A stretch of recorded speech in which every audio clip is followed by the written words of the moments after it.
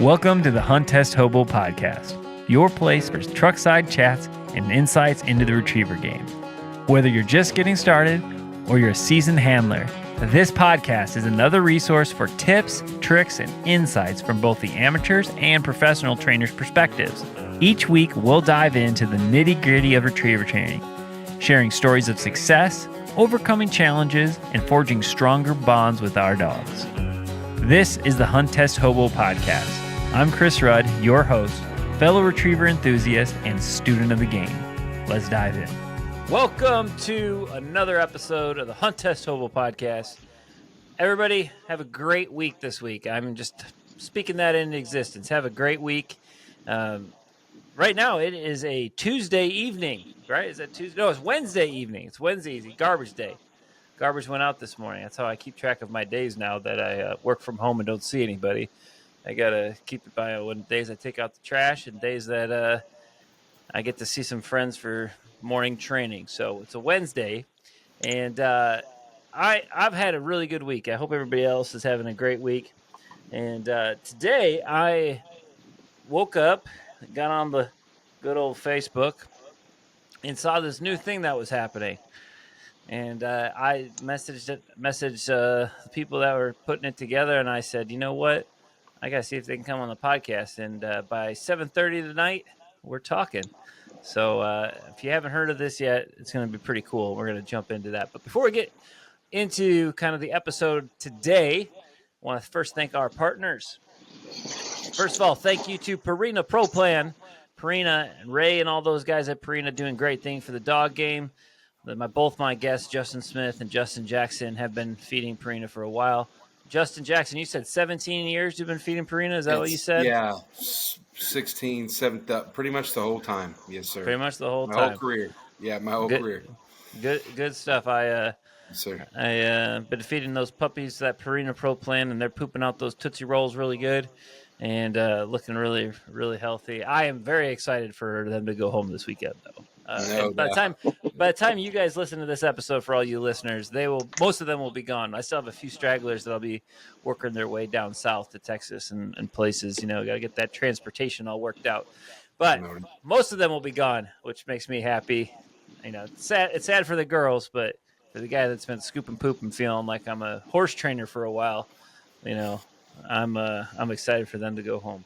I've never had this happen. This is the first litter I've had that's been in the garage. And I opened the garage door for one day and left it open and just kind of let it air out. And I have never had so many flies in my life. I am just like, where do these flies come from? I mean, they like just, you know, but I think I know where they came from, and it's not really great. So a little trick for all you amateurs out there: if you'd like to throw ducks in some water, and you got a trailer or something that you can take and zip tie, I use those twist ties. Twist tie those ducks onto my trailer gate, and I can drive home, and by the time I'm home, pretty much they're dried off, and you can freeze them and reuse them, and you can get almost a week and a half to 2 weeks out of the same 6 ducks. But if you forget, that brings some flies, and I think it was a combination of the 6 ducks I left out there till about 1 o'clock, and then the doors open and those flies discovering all that puppy poop turned it into Fly Nation. I've never ordered those fly traps that hang, and within an hour I had like 150 flies on those fly traps, and I'm still trying to kill those flies. So anyway, thank you to Purina for feeding those puppies and creating the poop that is bringing the flies. So thank you to them. Thank you to the Hunt Test Guide. Thank you to Clark and Lyle for putting together all that great content. They're actually doing, Clark is doing a Q&A right now for members. So if you're looking to ask questions for somebody that's had a lot of success in the game, become a member over there, and you can ask questions directly to a very good source of information, Mr. Clark Kennington and Lyle. They both switch off when they're doing good stuff there. And then also thank you to Retriever Foundations, Dan and my courses, where you can learn how to raise puppies right, and you can check out my course, The Amateur's Guide to Hunt Test Success, with the discount code HOBO, HOBO. You can get some monies off there. And lastly, just remember, if you got a litter on the ground and you want some Puppy Foundation discount codes, hit me up on Facebook, and we'll ship them out. We got a little family operation going on here. The homeschool kids are learning how to use spreadsheets and getting those those coupon codes written down. My wife is writing them so they're legible, but she's having the kids dictate them, and then they're learning how to ship and becoming little entrepreneurs. So Very if you got a cool. litter on the ground, hit me up. I'll get you some discount codes. So with all that partnership, I won't say garbage because it's great, but all that partnership obligations done. Want to welcome Justin Smith and Justin Jackson to the podcast. Thank you, guys. Absolutely. Thank you. Yeah, thanks for having me. It's going to be a fun one. I've heard a lot about Justin Jackson, so I'm excited to learn more about you. And Justin Smith, I'm really excited to become good friends with you. I think it's going to be fun. So without further ado, Justin Smith, why don't you give me a little bit of, or give the listeners a little background on who you are and kind of how you got into the retriever game. Yeah, so one thing you mentioned today is Wednesday, September 10th. There was a pretty big tragedy that happened today in the United States, and just want to say all our prayers go out to everybody involved in that, and I hope that us as a nation can quit letting evil overcome us, and hopefully we can fight that evil with good. Amen. But yeah, so I've been retriever training full time now, six-ish years. I didn't quite come up the conventional route by spending some time with a professional trainer and learning the ways. I kind of treated myself like you. I was just a student of the game. Read every book, watched every video, subscribed to everything I could at the time, and just took my own personal dogs and did the best I could with them. I was guiding at the time, and just other outfitters and guides seen my dogs and liked what I was doing with my dogs and asked me if I could help them with theirs. And it went from kind of like a lot of guys, it went from, just paying for the dog food to $100 a month to $400 a month. And now we're full time and rocking and rolling around here. So it's kind of my background of getting into this. It wasn't what I'd never set out to be a retriever trainer, just kind of fell into it, really. That's the best way to do it. Fall right into it. Be like, oh, I love what I'm doing. I'm getting paid for it. It's great. Pretty sweet. So where are you located, Justin? I'm in Chandler, Oklahoma, so just outside Oklahoma City, in between Oklahoma City and Tulsa. Very good. I've always wanted to get down. One of my best friends that lived with me in high school, my parents kind of sort of adopted him. They moved to Oklahoma City, and they're big in that big church. What's the big church down there? Is it Life Church? Life Church. His wife, who was in my youth group growing up, she's the children's director for all that, and then he does all the media stuff. So I've always wanted. I'm planning to take a Texas trip, and on the way I want to visit them for a couple of days. I might have to hit you guys up and say hi. Absolutely. That'd be pretty great. Come on. That'd be fun. My dogs won't know what water is when I come down, but we'll have to remind them what it is. They'll be like, "What? This stuff flows all of a sudden. It's not frozen. What's this about?" Us northern boys. Yeah. All right, Justin Jackson, why don't you give me a little bit of your background, sir? Started out waterfowl hunting, and then got a dog. Couldn't take the dog with me to college. They wouldn't let me keep him in the baseball dorms, and so I had to leave him at home. And mom and dad were lucky enough to kind of hook me up with kind of like a started program and a trainer right down the road here. And when I transferred back home for my last semester after baseball, I started going out there and quickly falling in love with just him training the dogs and the dogs. And pretty quickly it turned into a job. And 18 years later, still with the dogs. So, yep. Very cool. Yes, sir. Very cool. What kind of games do you mostly play with the dogs? I mainly do HRC, AKC, Hunt Test programs. We have run some field trials. We have run a couple SRSs, but mainly Grand and Master National is kind of was our avenues. So Yeah, I think I'm hearing a little bit of was in there for the Master National program. So, which probably potentially could lead us right into kind of our topic today. So, I was sitting on Facebook and I saw the post that you guys had about your guys' new thing, the new game that you guys are talking about, and you would not believe how many people texted me. I probably had, well, it felt like a lot, but it's probably 3 people that were like, "Yo, have you heard of this thing? Like, what do you think about it?" And I was like, "I don't know much about it, but they're coming on the podcast tonight, so I'm going to learn more." Mm-hmm. But absolutely. I think every person that has gotten to a certain point playing the Hunt Test game has probably had the same thought that you guys had, and I love that you're taking it into action. Uh, Absolutely. you know, I run mostly HRC stuff. Just that's what my friends do and what I grew up doing. Yep. And they're great tests, but once you get the dog to a certain level and your dog is pretty much smoking it every single time, you're always wondering what's more. And for a long time there, the only thing that you really had was run field trials, and that can be a pretty daunting experience to move into that. I've enjoyed doing it and have had some success, but without the right grounds, man, it is without grounds that game is hard to play. And then you got the SRS, which I think is a near perfect game. In my opinion, I think they've done a great job with that game. You have to understand what you're doing, and you got to understand the rules that they have and why they do certain things that they do. But that's also a pretty tough game to play because you got all that. You got the field trial work in there, which I thoroughly enjoy, but I can see how that could be a main barrier. But my point is that I've always noticed that, like, for all these guys that run Hunt Tests, have the grounds to do well at Hunt Tests. I bet you they've always been wondering what more can I do, and I think that you guys might have perhaps put together something that might work with that. So before I blab more about it and kind of share how I'm excited about it, why don't you guys tell me kind of what it is, and then let's talk about the history of how it kind of has come to be. So we created this new deal. It's called Hunting Retriever Trials. And just like you said, a lot of guys, they peak out, with a grand champion or an MNH.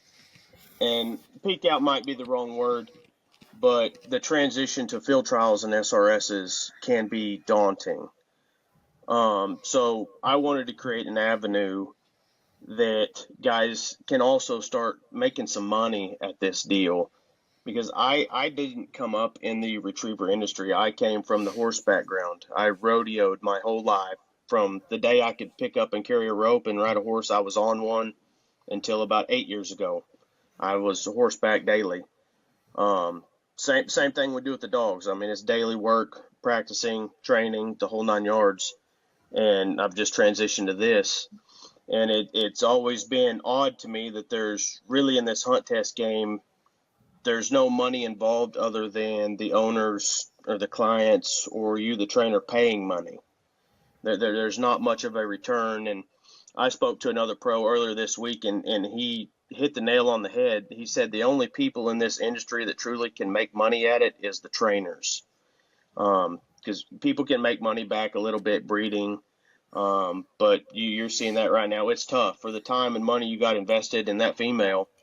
It's tough to make it back.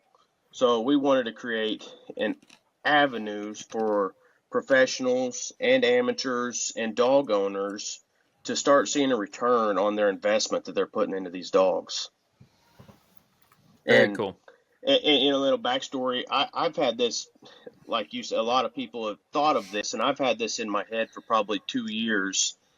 And probably this spring, I just kind of on a whim called Justin. Luckily, he was on the road and could talk to me for a little bit, and I just kind of spilled the beans on what I was thinking to him. And he, was all for it. And we've kind of ran from there. And as Justin slightly alluded to, the debacle that's coming on with the Master National, I reached back out to him and I said, I think it's time that we go at this pretty hard and really get serious and put it, I had already had some stuff put together, but really dial it in and do our best to make it a true event for people to start running. Very cool. Very cool. I was curious on the timing, and now I think that alludes to it a little bit, right? You guys are, yeah. It's interesting. Like I've heard some discussions of other things that are out there. It's different than this, Right. but Correct. that could be replaced. That could replace for a lot of pros I'm some of the excited. things We're that the excited master. about that. We're excited Yeah. about that too. Yeah. Yeah. Right. Yeah. More so like, games, better. more games, the better, man. I love it too. And one of my buddies called me. He's like, "Do you like there could be some serious payouts at this thing that these guys are talking about?" And so anyway, why don't you guys dive into kind of a little bit about how this thing's going to be structured? So it's what do you call it? Hunting retriever trials. Yes, I want to make sir. sure I say that right. Hunting retriever trials. Okay, so how's it going to kind of work? So I'm mostly an AKC guy. I run HRC stuff, but I don't run the Grand or the National. I send my dogs with Justin, and there's another pro that I'm good buddies with. I send my National dogs with him. But so I've structured this a lot around the Master game. A land series, land water series, water series, and straight up running, no gunshots. Well, no gunshots from the line with poppers, no honor, just straight up. Let's run the dogs and let's see who this weekend has the best. Cool. Is there a reason that you guys didn't want to do it like with sitting on the bucket and shooting it like HRC and like mixing it up, kind of like how SRS allows you to do, or is it just simpler to leave it with Master? Yeah, one, it's simpler, but two, the time. Our events we're capping it at 100 dogs, so just the time of loading the gun, shooting and swinging with the gun adds some time to the elements of the test. And so with 100 dogs and trying to complete it in 2 days, we needed to find ways to cut down on the time frame of things. Very cool. What else do you want to share about it? Like, kind of, hey, Justin, I haven't heard, or Justin Jackson. I gotta make sure I say your last names, or this is gonna be a lot of confusion. What kind of like why did you want to get involved in this? Same deal. We run the Grand heavily. We have for a long time, and then the Master National even more. There's a lot. Anyone who's gone to these major hunt tests, and we've all trained with field trialers and been to field trials as well, and that is the elite. But for the hunt testers, there's grand, you have the grand champions and they're special, or M&Hs or all the things, they're super special. But we all kind of in the back of our mind would love to cut loose certain individual dogs like that against other animals like that with birds in big time hunt test scenarios, with distances that are more challenging than the weekend hunt test, really kind of bridging that gap. And let's see and give these dogs, these special hunt test dogs, a spotlight to shine, right? And maybe boost breeding. Me and Justin talked a lot about this, and I'm sure he'll break down a lot over this. But this deal is not only for cash payout and running dogs against each other, but it's also to kind of maybe help the industry boost breeding opportunities and puppy sales and all kinds of incentives like that as well. And I think this is a game that could help the industry in that way too, right? So hopefully. Yeah, sounds like it. So Justin, or Justin Smith, how does qualification work for this, and then kind of break out kind of how the payout structure is going to be working? So we have 3 different class structures to go into this: a futurity class, which is dogs 3 years and younger; an intermediate class, 3 years and 1 day to 5 years old; And then, according to Facebook, I probably need to change some wording, but the open class is basically any dog that wants to enter that class, as long as they have achieved at least a master title and nothing above a QA2 title. And with what Justin was saying, a lot of factors I see in the breeding game is take Joe Bob's Master Hunter, or say call him an M&H, bred to a Grand Hunt Retriever champion. Compare that to Jane Doe's M&H and Grand Hunt Retriever. Grand Hunt Retriever. What is the real difference in value in those dogs versus an FC bred to an FC? The value in those field champions is they have accrued points over time, and they have an actual separation of the elite dogs versus the dogs that got their 10 points in their title. So that's why I've really wanted to put money to this, so that we can actually create a separation in the elite dogs to create a lifetime of earnings for these dogs. And we can get into our yearly thing, but create a lifetime earnings for these dogs and also earnings for their offspring moving forward. When that dog is dead and gone, his offspring is still accruing money over time. And the money equals wins or placements or something of that nature, Right. I'm assuming. Right. Right. So you guys' kind of goal is to use the point system really to kind of differentiate the dogs that are doing the hunt test games and things of that, Right. things like that. How are you guys feeling?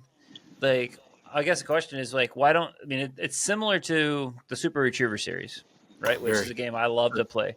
Mm-hmm. So maybe like why not just look at those titles? Which to me, like I did a whole podcast on, I want a dog that I breed to or I buy to have that it factor. And I said the only thing that I can really define the it factor is if they've won something, and they can't win something in an HRC test, whether that's the Grand or even like the Master National. That's not a win.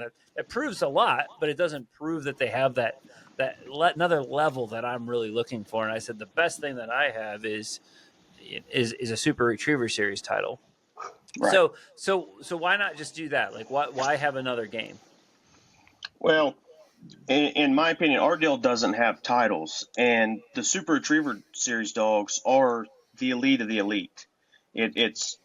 Those are, in my opinion, the best dogs that play all games, because they can play and they do play all games. Our deal is what was your question? Sorry, I just like trailing down rabbit holes and I get lost. Geared more towards hunt tests, geared more towards the everyday hunt test type team with birds, with flyers. Every series will have big time elements, hunting elements, unlike HRC or some other dog games.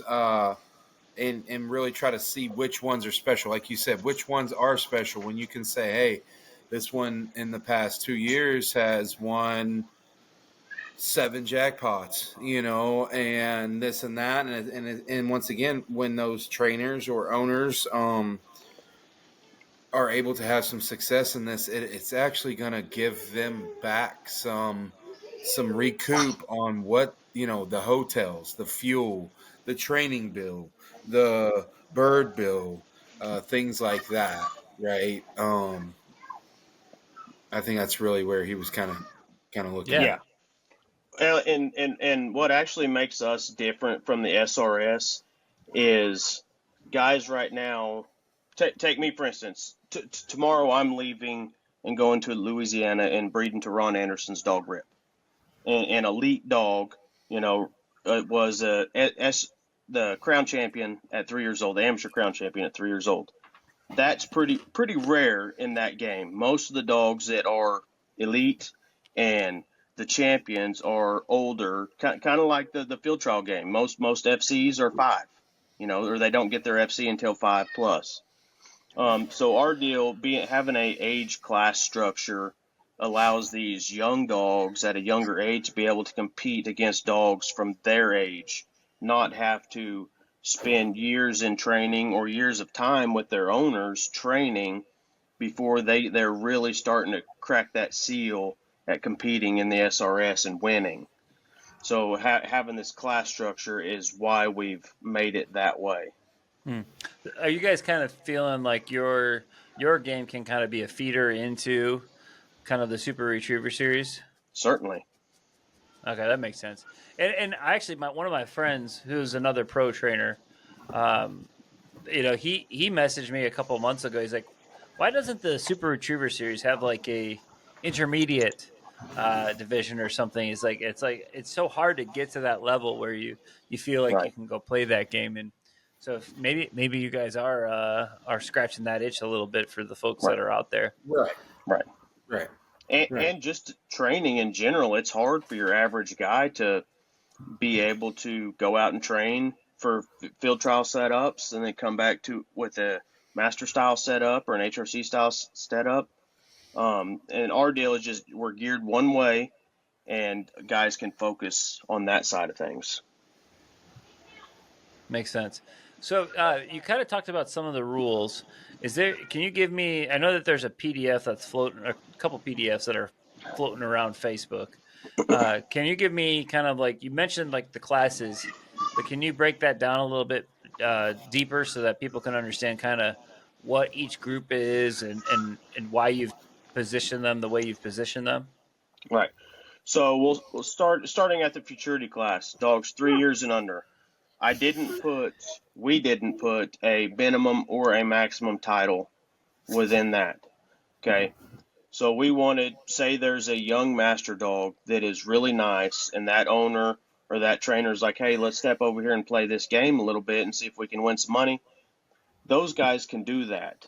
But once they reach that 3-year-old range, we think that, okay, now it's time you should have your title, Master Hunter, HRCH, whatever, and keep running up through the ranks. But we wanted to cap some of these titles for one, QA2, the intermediate class is capped at a QAA. That way, just to keep it a little more even for the dogs within that class structure. And then the open class, it's kind of if you bring what you got, let's run them. And there was a ton of comments about not letting the field champions play. And the big deal on why we weren't doing that is because those field champions already have their own structure on how they can separate themselves from the rest of the dogs with their point system. And our system is they create a separation with money. Got it. So let's just take my dog for an example. So Winter is a grand champion and a QA2 dog, and she just turned 5, and I'm an amateur. What class would I be running in with her? You'd be running in the amateur open side. I'm going to change the name to amateur, the all-age amateur side. All-age amateur side. Okay, that makes sense. Yeah. And then let's say I was a pro. So do I run against other pros or do I only run against amateurs? If you want to, you can. Right. Amateurs run against amateurs. There's going to be 2 separate stakes. So there's going to be an open stake running and an amateur stake running at the same time. At the same time, so you're not running the same test? No, not running the same test. Okay, very cool. Very, very cool. And we also made it to where, just like they do in the field trials, an amateur can take their dog over to the open and also run it in the open. They just have to pay that extra entry fee, just like at the field trials they do right now. They pay that extra entry fee if they want to compete with the open handler style dogs. Now, do they pay the amateur rate or do they pay the open rate? They still pay the open rate. All right. Very cool. So, yeah, you can double stake your dog. That's cool. Right. And come away with some serious double cash prize if you win both, right? Yeah. So break out how I haven't seen anything yet on like how the payouts. Is it like just the first place wins or does second and third get some money too? Like, how are you guys breaking this up? No, it's all based off of the amount of entry fees. Or not entry fees, but the amount of entries. Okay. So basically, let's just take the open side, for instance. If there's 50 dogs entered, 50 plus dogs entered, we're paying 10 holes. And then I would have to look at first my through sheet. 10 get money. Right, first through 10 get money. That's pretty good. It's not just 1 Very through 6. forgiving. Yeah. Right. Yeah. Yes. And not just jackpot. I like jackpot though. That was pretty. I don't know if that's real or you guys just said that offhand. We are contemplating that kind of type stuff.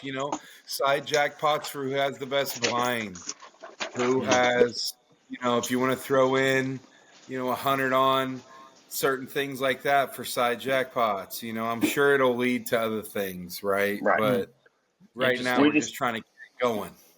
Yeah, we didn't want to get that deep into the woods yet. Yeah.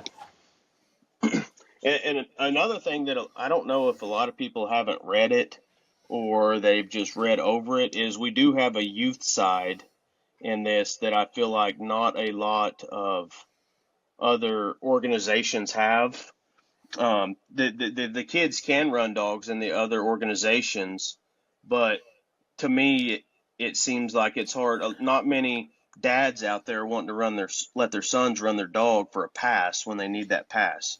So we've created a deal where the youth can compete against other youth, and that's it, and win money. Very cool. Very, very cool. So let's come up with some fake scenarios. Let's say there's 50 dogs in the whole trial, and we'll just use the all age stakes here as an example. All right, so we got the all age stake. We got 30 dogs, and now you're gonna have to get your calculator out.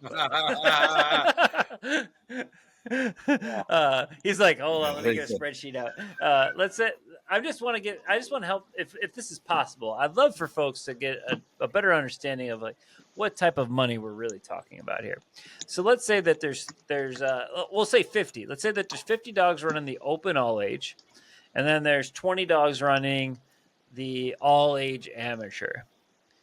How would that kind of break out from a pricing structure? And if you need time, Justin Smith, to work on that, I can have a side conversation with Justin Jackson for a little bit. Well, the cool thing is about that is those payouts are going to be completely separate.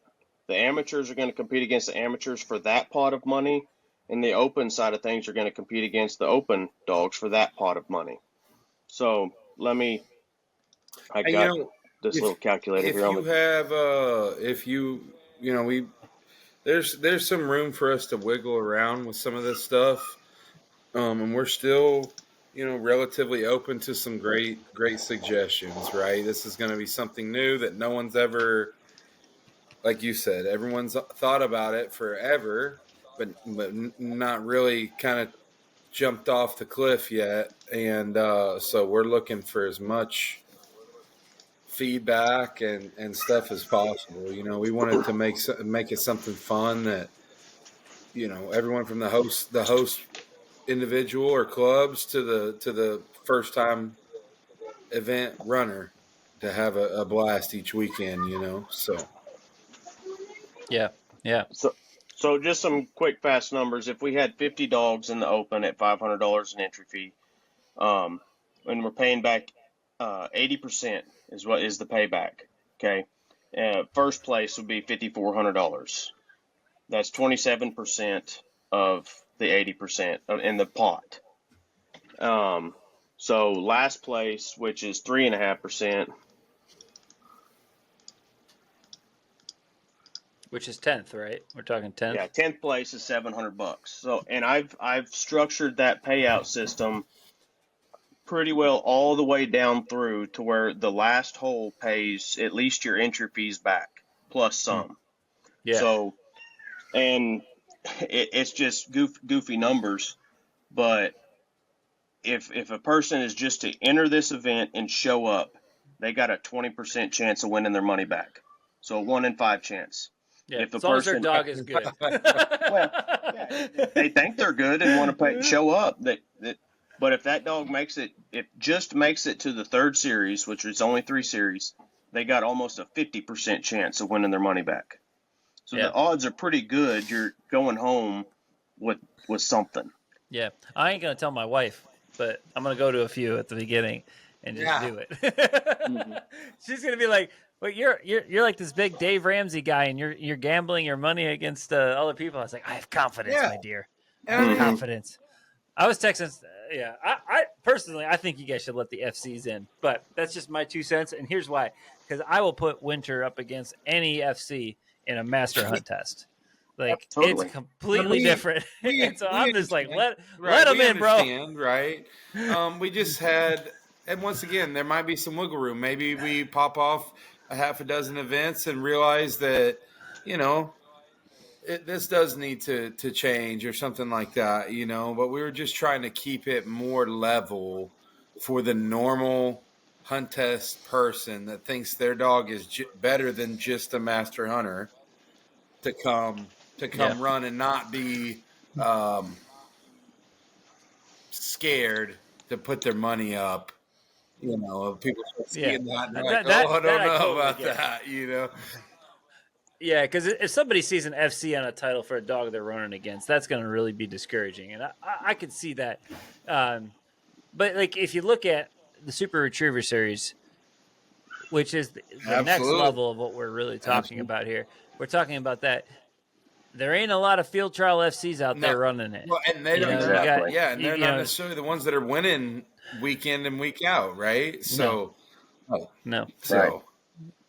Yeah, so I get it. I mean, I get it. I think you just let all that Facebook stuff just roll off your back. But I also think you could just totally open it up and at least for the all age open class. And I don't think any of us would really care. At that point, you already are there for one reason. I'm trying to kick everyone's butt, So whatever. Yeah, I don't care at that point. Get their money in that pot. Let's more go. money the better, right?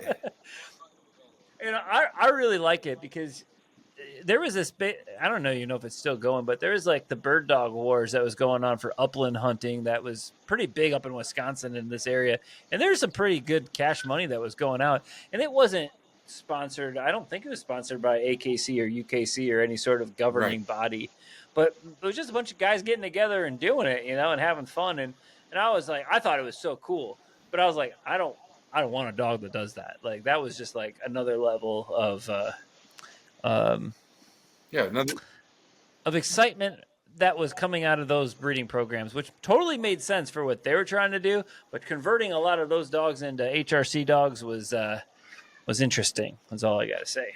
There was a lot of excitement at the line because when you're breeding for that upland program that they were doing, they're looking for some crack addicts, man. They're looking for how fast can I flush that bird, and you shoot that bird, and I find that bird. And so I really like this. I think it's great. So, hey, can we do the amateur side really quick? Do you think, Justin Smith, you could pull those numbers for the fake scenario? I just made up a number: 20 dogs in the amateur running the all age. How's that gonna work out? Give me about 15 seconds. All right, I'm gonna start counting. All right, Justin Jackson, what's your favorite color Labrador? What's the most confrontational question I can ask you? Black. I'm just kidding. You don't black. All right. Well, you went with the safe answer. I love them all, bud. I love them all. We've had good ones and bad ones of all of them. Yeah. So. My training partner Bill and I were talking today because he's got black dogs and yellow dogs. I got black dogs and yellow dogs. And he's like, man, those yellow dogs are hard to see when the grass gets brown. I said, yeah, but have you ever tried to run a black dog in the Grand when they put you in that deep hole in that water blind and you're like, where the heck can you see the eyes? Can you see the eyes? Where's that dog at? That's all I can. Been there, done that. I'll spit that. What Grand was that we ran that they had that little tiny like end channel blind that, man, those dogs I was like, I don't understand how you black to dog the left up that, into the woods kind of. It kind of winding through a little creek and all the trees and stuff. Yeah, way out of the picture. Yeah, and it just narrowed.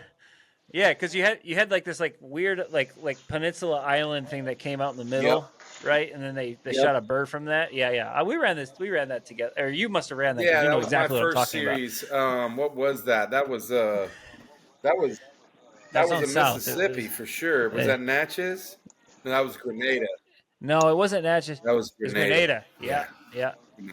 Grenada. It was our Yeah. third series. Yeah. And I remember the dogs got into there, and I was like, "Where the heck did that dog go?" You guys got so lucky. Yeah, you just black dog owners. Yeah, you're throwing up casts hoping that they're looking right at you, because if not, they dip behind 7 trees and never see them again. Yeah. Oh, yeah. You're getting on the ATV through a swamp. You gotta go find them. All right, Justin, you definitely had 15 seconds. Where are we at? Yeah. So first place with 20 dogs is going to pay almost $1,700, and that slot will pay 6 holes, and last place will pay $475. With what's 350. Second place, I mean, it'll probably be right at $1,600.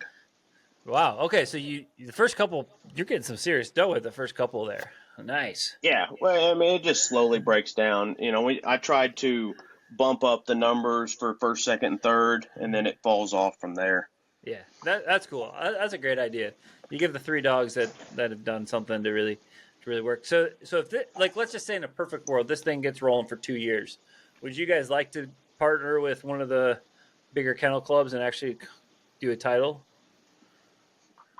I'm personally not that interested in it, just because, at least right now, honestly, I've kept this deal all about the money, and let's let the money talk for what it is. And kind of as the saying goes, money talks and BS walks also. So what's another title whenever your dog has 50 grand beside its name? Yeah. Sounds like Justin Jackson's giving you some faces right now. What do you think about that? You like it? You like it. I couldn't tell. Money talks and BS walks, huh? I feel like there'd be a few times where I'm going to be walking. Yeah. I think we all will be walking a few times.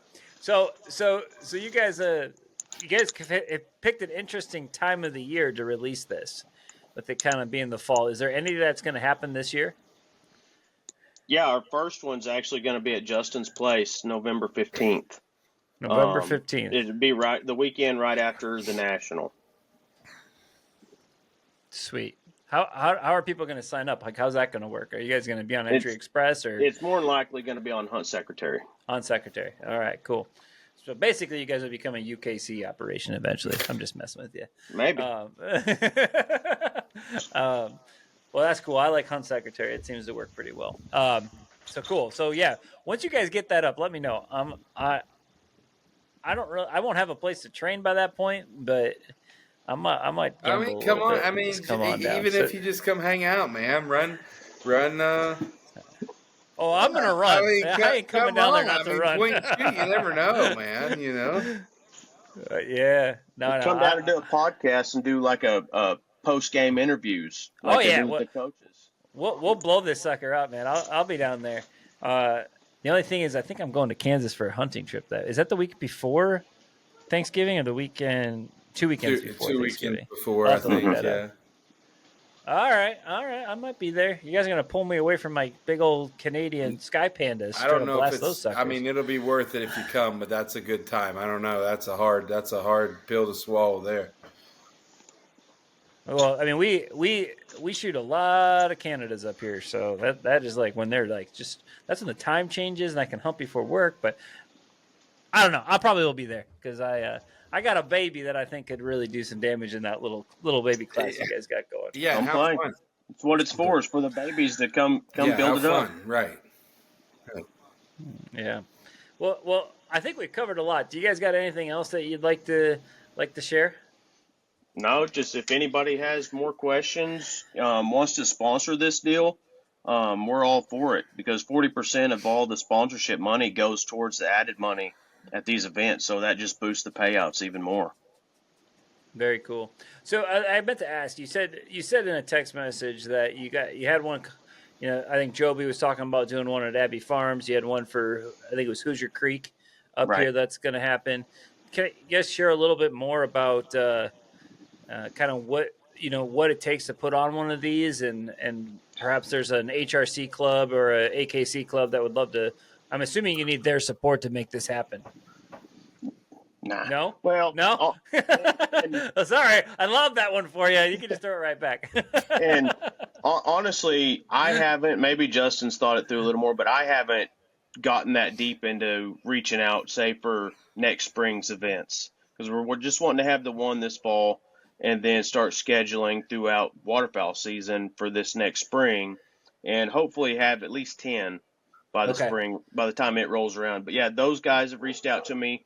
We've also talked to the guys at Firewater that they're 100% in on hosting the test. They got an awesome facility. So just anybody that wants to reach out and maybe even host it at their place, we're in. So you need 6 sites? Is that what We'll need 2 sites. 2 sites. Oh, okay. So all the amateurs at all ages run the same test. They're all run the same test. Oh, I misunderstood that. All right. Cool. Yeah, I was like logistically like, I mean, you guys are putting on a big endeavor here if you're going to try to get 6 different sites. Yeah. No, 2 sites, 3 judges per site. Got it. Makes sense. Okay. How are the point systems working? I should have asked that earlier, and I apologize. How are the points going to work? Just is it a deduction system, or is it a pot? Like, is it like golf, or is it like basketball? I don't know if that's a good analogy. More like basketball. The more points, the better. Each mark and blind is going to be scored on a 1 through 10 basis in 0.5 increments right now. So, and I've got different criteria. I think, we can get into that if you want, but I have different criteria for each section of points. And that's how the judges will score it. I don't want to micromanage my judges. I want them to be able to just watch, is this a quality mark or a quality blind, or an elite mark or an elite blind, and score it accordingly. Very cool. And I'm sure it'll take you guys a little bit to work all those bugs out, but I feel like I'm game. I'm going to try to make this happen. So November what? 15th? 15th. You're going to do it all in one day. 2 days. 2 days, November 15th and 16th then. Right. All right, sounds good. The inaugural hunting retriever trials. That's right. Did I get it right? Yeah. Sorry, HRT. I don't know. HRC. That's funny. HRC or HRT. HRT is what you said. Oh right. man, I'm an idiot. I'm sorry. HRT. I got it now. Hunting retriever trials. Got it. Cool.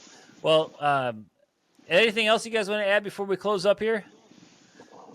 Not unless you got more questions. I mean, there's tons of rabbit holes I can dive down, but I get lost in the woods on those. All right, what's your favorite rabbit trail? We'll do that for 1 minute. The one that leads me right to the duck blind is my favorite one. All right. What do you guys mostly shoot down there in Oklahoma? Mallards. Mallards. Oh, yeah. We chase. Anything Spoonies. else? All right, so here's the question. Bye-bye. Spoonies, bro. Spoonies. I've only shot one spoonie, and it was in a bean field, believe it or not. That's a rarity. Yeah, he was lost. There was a little bit of sheet water, and he was coming for some. There you go. Some water, but it was in a bean field, and I was like, I just shot a spoonie in a bean field. He wasn't a very pretty spoonie, but he was a he, and I could tell what he was. But when Winter brought him back, I was like, man, you are nothing like a Hollywood character like you've been advertised, sir. Late January, we will get some stud spoonies down here. All right. When do you guys open? Is it close to November 15th? 8th, the weekend. November 8th. All right. If we all come down, we're going to have 100 people. You're going to take them all duck hunting, right? Make some of that work. I'll have to buy another license. I'm pretty excited. You guys got 3-day license or 5-day license down in Oklahoma? Oh, yeah. All right. This is getting better and better. I'm pretty sure I'm doing this now. Don't let my wife listen to this episode. That's all I got to say. She's going to be like, you're gambling. You're like on this Dave Ramsey kick. But anyway, I got confidence, right? That's how it goes. So, all right, I'm excited. I'll see you guys on November 15th. Appreciate your guys' time. Perfect. And I want to thank our partners, Prina Pro Plan, and the Hunt Test Guide and Retriever Foundations. Like I said before, if you're looking for discount codes for Retriever Foundation, check out, discount codes are HOBO for the Hobo. And it gives you some pretty good discount on there. And looking for those litter codes, hit me up and I'll send them out. Justin Jackson, Justin Smith, thank you for your time tonight. Appreciate it. And we'll have everybody that's listening, have a great rest of your day. No doubt. Have a good week.